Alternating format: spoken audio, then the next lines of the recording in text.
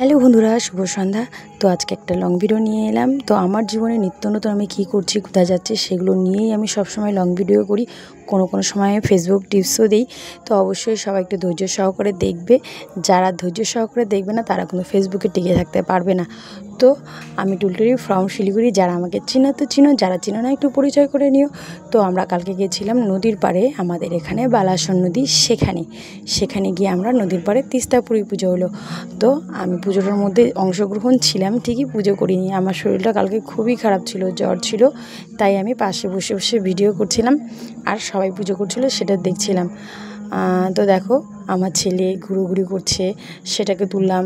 পাথর দিয়ে খেলছে, সেটাকে তুললাম। আশেপাশের চারপাশের পরিবেশটাও তুললাম। তো এই জঙ্গলটা পার হয়ে আমাদের বাড়ি।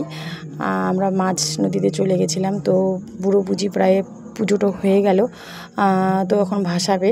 তো ভাসানোর সময় জানো সবাই একটু আগ্রহী থাকে যে ওখানে যে পয়সা থাকে দক্ষিণাটা আর কলার ঝুঁকিটা মেন করে সবাই নেওয়ার জন্যে। তো ওই পাড়া থেকেও দেখি কয়েকজন আসে ছেলেরা, তারাও নেবে। তো ওখানে একটু যুদ্ধ ভাব শুরু হয়ে যায়, কে ধরবে। এই জিনিসগুলো কিন্তু খুব মজার থাকে। বিয়েবাড়িতে যখন ওই যে নদীতে যায় তখন ওই জিনিসটা হয়, বুড়ি পুজোতেও হয়। তো সবাই লাইন ধরে আছে নেবে। দেখো সবাই একটু ধৈর্য সহকারে দেখো, ভাষাতেই দিবে না এরকম অবস্থা। তো খুব মজার বিষয়। আর অনেকজন কিন্তু স্নানও করলো আমাদের পাড়ার বাচ্চাগুলো। তো আমার মেয়ে ছেলেকে করতে দিইনি।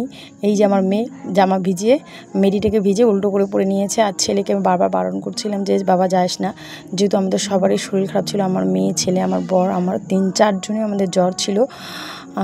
তো আমাদের ফাইনালি ঠাকুরটা এখন ভাসাবে। তো বেশি জন এবার হয়নি, নাহলে অনেক ভিড় হয়। সামনের বারও হয়েছিল, তখন আমি যেতে পারিনি, আমি প্রসাদও পাইনি। তো এই পুজোটার মধ্যে সাধারণত আমাদের দই, চিড়ে, মুড়ি ওগুলো নদীর পাড়ে বসে খাওয়া হয়, খুব মজা হয়। কিন্তু আমি সামনের বার যেতে পারিনি, আমার অফিসের কাজে আমি ব্যস্ত ছিলাম। তো এবার গিয়েছি, এবার লোকই হয়নি। তো দেখো এই জিনিসটা দেখো, সবাই কাড়াকাড়ি শুরু হয়ে গেছে। তো ফাইনালি আমাদের বাড়ির পাশে একটা ছেলে পেয়েছিল, তো সবাইকে ভাগ করে দিয়েছিল।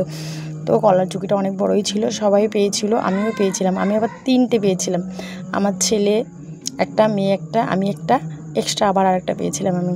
তো মোট 4টা আমি পেয়েছিলাম। এই দেখো ওই পাশের ছেলেটা নিয়ে আসছে, এখন একজন বলবে যে সবাই ভাগ করে খা। ওই পাড়ার ছেলেগুলোও চলে যাচ্ছে, তো সবাইকে দিবে।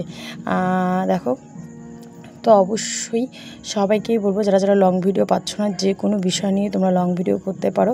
এই যে এখন কলাগুলো ছিঁড়ে দিবে আর আমরা সবাই বসে এখানে খাবো। এই যে খেতে বসে পড়েছি, দই, চিড়া, মুড়ি। খুব মজা হয় নদীর পরে বসে খেতে, খুব এনজয় করি, খুব ভালো লাগে। থ্যাংক ইউ সো মাচ আমার এই ভিডিওটা দেখার জন্যে। তো ভিডিও, ফটোশ্যুট সব করে নিলাম। Bye bye.